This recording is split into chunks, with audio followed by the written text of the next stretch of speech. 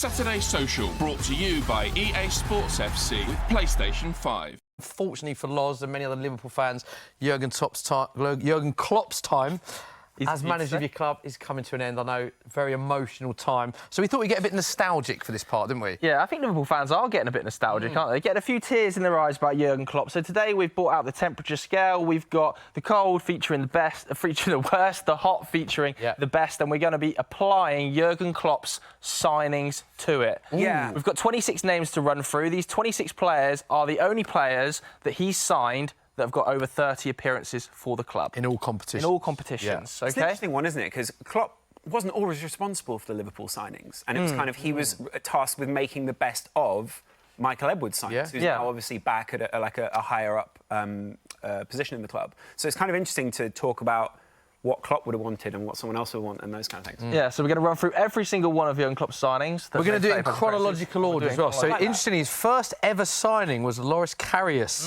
from Mainz in May 2016 for £4.7 million. Now, he's so synonymous, isn't he, unfortunately, with him for that Champions League final. So, but give us a perspective about his entire Liverpool career, because is that unfair to judge him on that one game? At that point, we felt like we were a little bit in the middle of nowhere with goalkeepers. Obviously, Simon Mignolet is a very decent Liverpool goalkeeper and preceded him. But I think with Loris Karius, sadly, he will be remembered for that Champions League final. I think, unfortunately for him, he's not really recovered from that since. But in a way, there's a butterfly effect, because maybe if we have a decent Loris Karius, we don't get Alisson, and this team doesn't build in the same way, would be my opinion. Having said that, I know most people would brutally put him down there. The rest of his Liverpool career, you don't get to a Champions League final without a decent goal. Wow. So actually, I put him sort of there, if that makes sense. Feels a bit unfair to be so harsh on him. Your thoughts on Karius?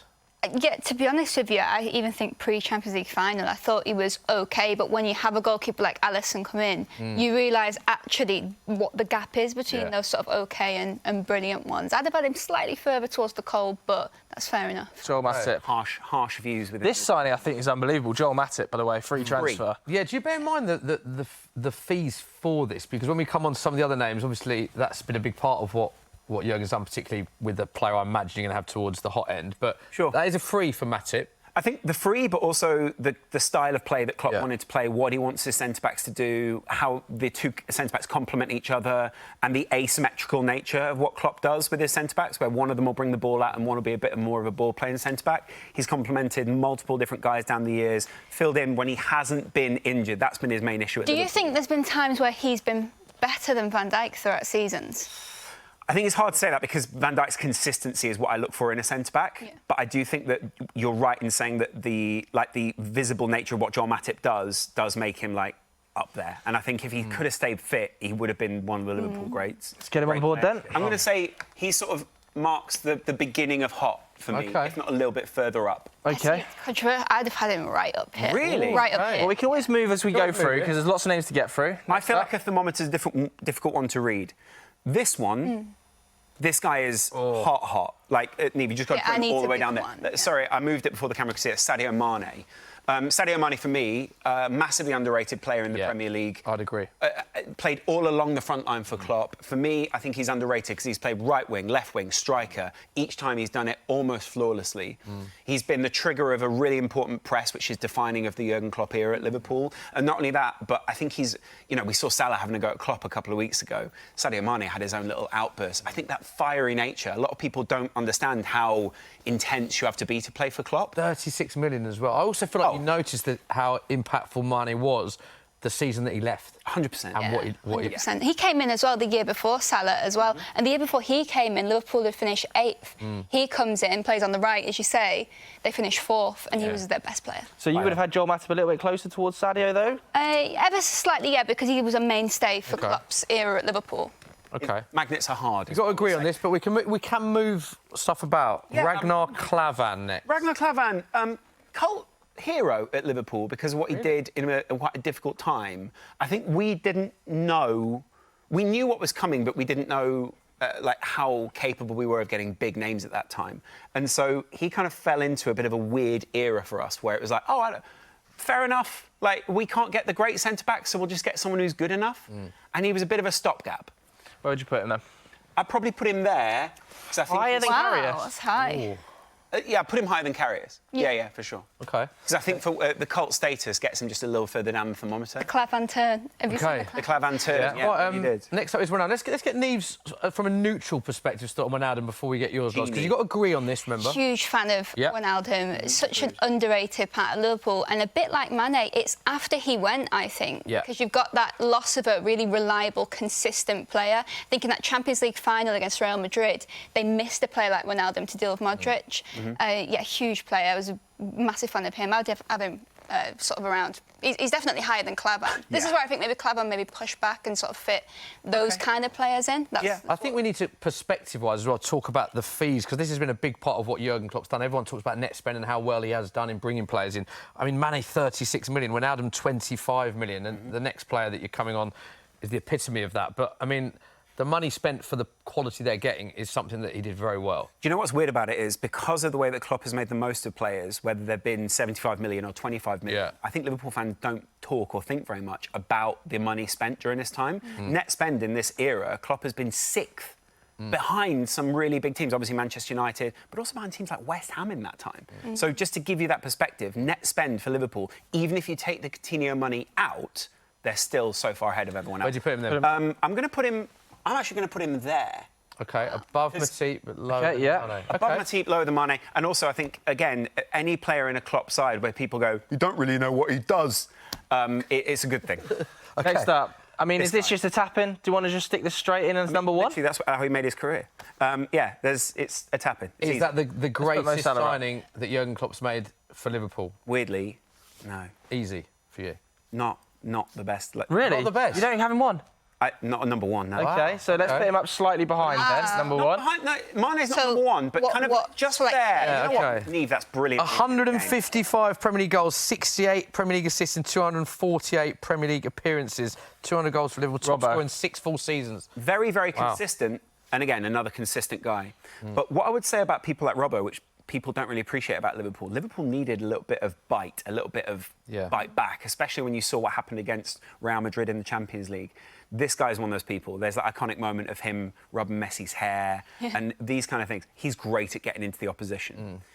We might like to think ourselves as the good guys of the Premier League. You need a couple of guys who are willing to get. We just laughed at Pickford. Do you remember when he? Oh, that was a great one. Where would you put Robbo, Nieve? Right, he's been the best left back in the world in and out the last 6 years, and left backs are hard to come by. So I like how you're still building low when you can start to build high. And again, it's a game of Tetris, isn't it? Next up, you can go up 10 million, by the way, as well. Another price. Most assists in Premier League history. Yeah, for a defender. For a defender, yeah, and maybe Trent will obviously eclipse that in time. Lovely guy, lovely image. 40 million quid. Injuries. Some amazing goals in that time. I was there when he scored that goal in the Champions League against City. What a moment! So well in that game. Yeah, but that was what was so frustrating. He did play really well in the games where he was incredible. Where would you have him then? I put him kind of there, just because he was part of some iconic games. He was big in the title-winning season as well. Agreed. Yeah, I get that. Yeah. Next up, another big player coming up. This for me is the greatest signing of Jurgen Klopp's era. So you'd have Van Dijk over Salah. Yeah. OK. Yeah. I know some people are going to be upset by that. I think Van Dijk is defining of this era in the Premier League, and he goes down as one of the Premier League greats. Agree, Nieve? He's had to drag Liverpool through huge injury crises. And defenders look better next to him, that sort of point with Matip as well. He brings out the best. I personally think Salah's also had to drag Liverpool through as well. But I think it's one of those, you sort of have one, you have your favourite between those two and Alisson, and I totally understand that. Let's get up there. You take authority on this as the Liverpool fans. Obviously, he was, I think, when you just saw the difference when he came in, and you saw the leadership value of what he did. Top players, 75 million, Van Dijk. Fabinho. Fabinho, you know what? I think he'll go underrated in his Liverpool career because of the way he left. He kind of left through the back door, obviously going to a league that you probably wouldn't have wanted to see him go to at the time. I think he's underrated. Quite a versatile player. When he came in at Liverpool, I think we really lacked a player like him, and we've kind of missed someone like that at his peak since. So, where are you putting him then? I'm going to put him up. You know what? I think I put him up at the top, above Wijnaldum, Nieve. Because he was best. Because Wijnaldum was great, but Fabinho was best in the world at one point. Yeah, you know. I agree with that actually. Yeah, that high. Yeah, near Mane. Yeah, okay. he's up. All right. Naby Keita. If this guy succeeds at Liverpool, I think Jurgen Klopp's era is a little bit different. I think his formation changes. I think the way that he moves the ball changes. I think Liverpool wanted him to do so much more, and it just never came. 52.75 million, so much promised at the time. It was injuries, again. How much of it do you think is down to injury and how much of it is not meeting expectation? Well, when he did play, which was very rarely, there was a difference in Liverpool. And I think the disappointment is when he did start for Liverpool, there were a few times where he became injured and our whole game plan went out the window. And that's kind of the point there. Like, you can't base a game plan around someone like Naby. Wow. Okay. I mean, he's probably the one miss of the Klopp era. Yeah. Every other player. Shaqiri, iconic player. Obviously, I'm going to love him. I think he scored some great goals, was a big part of that Barcelona comeback.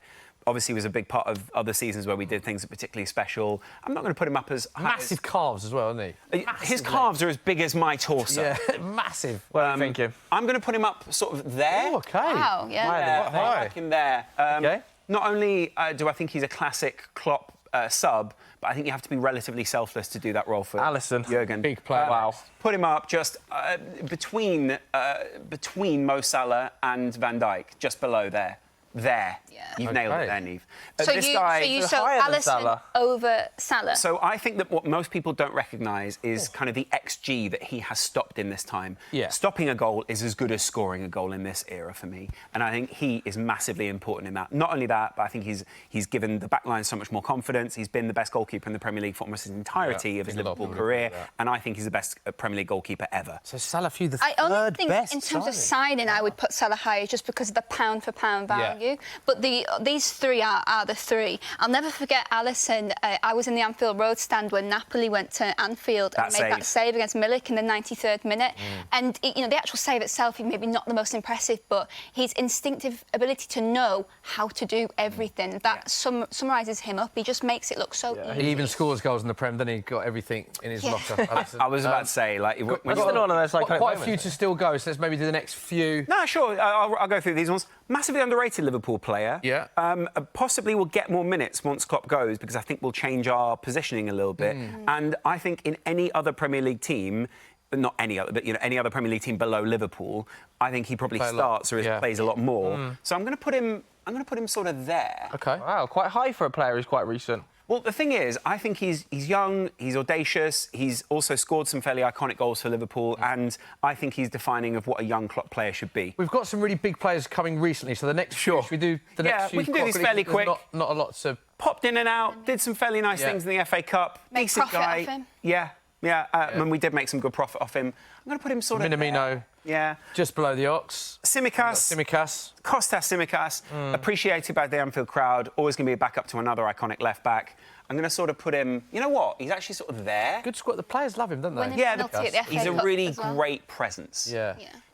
Not similar to Naby, but similar to Naby. If this guy could have stayed fit, I think Liverpool's system changes even more. But in the time when we were grinding out those 1-0s and close games where Klopp really wanted to change the style, and you know what? When you can attract that kind of name at Liverpool, it changes how you feel about yourselves. Yeah, do you know what as well? He's like one of the most... Wow, he's going higher than Joel Matip. You know what? Let's push him up. There. I was thinking there, Thiago, given that, the game time... Yeah. Not loads. This guy... I hope you give this man props, because I think Jota is one of the most underrated. So I feel like he's so underrated, not only as a signing, but as a player. What he did at Wolves, now at Liverpool as well. 41 Premier League goals, 11 assists in 97 appearances.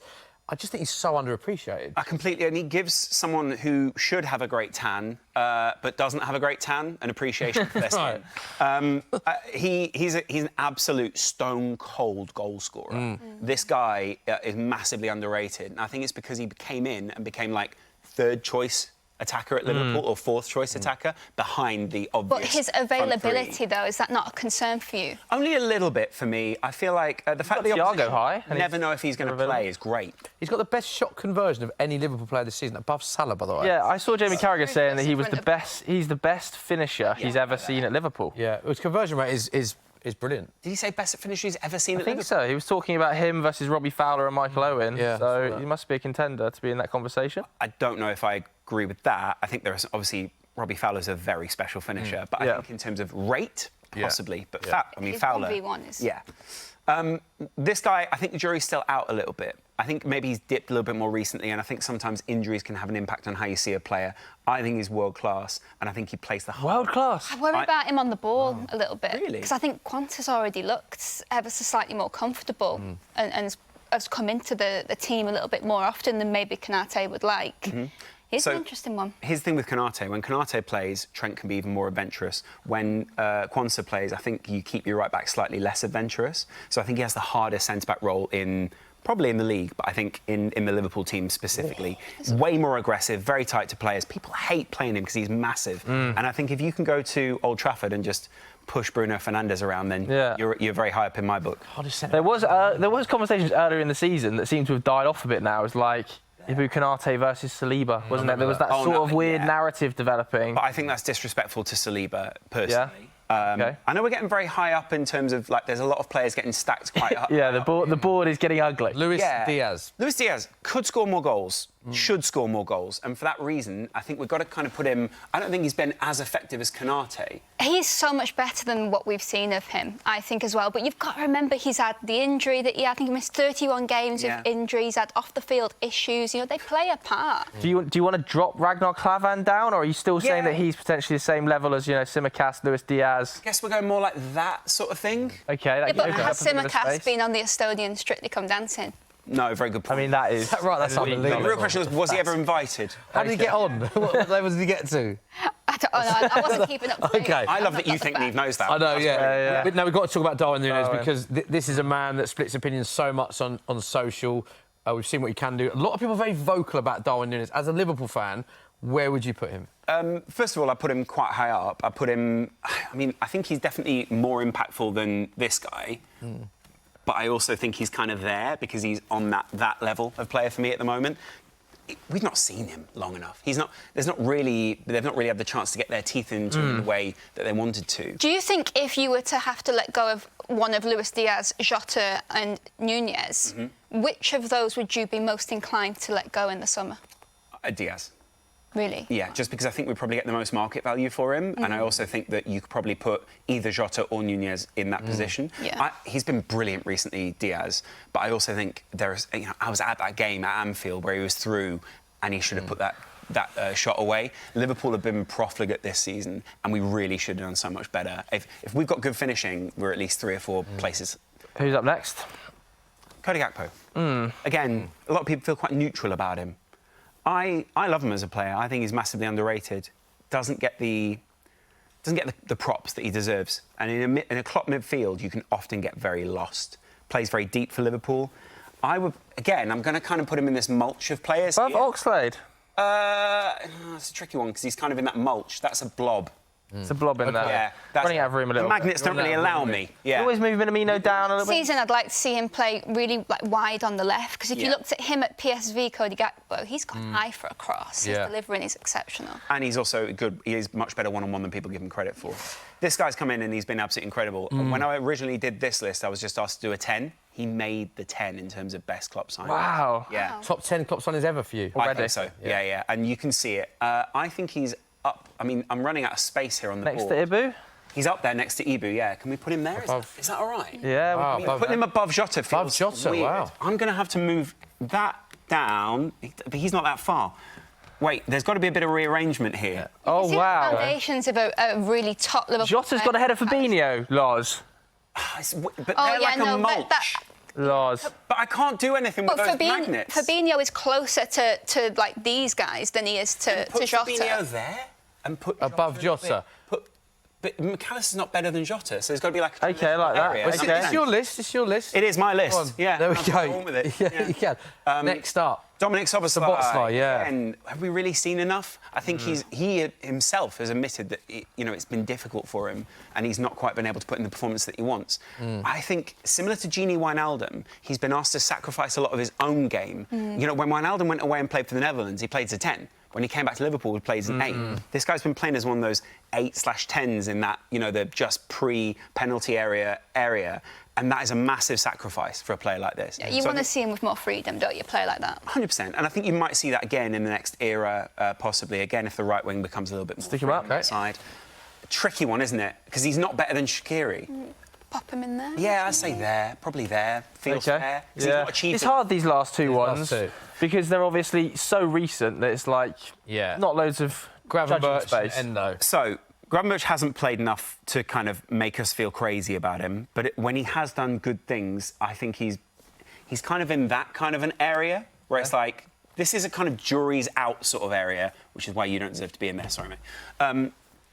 I would say he scored some good goals, clearly shown he's very promising.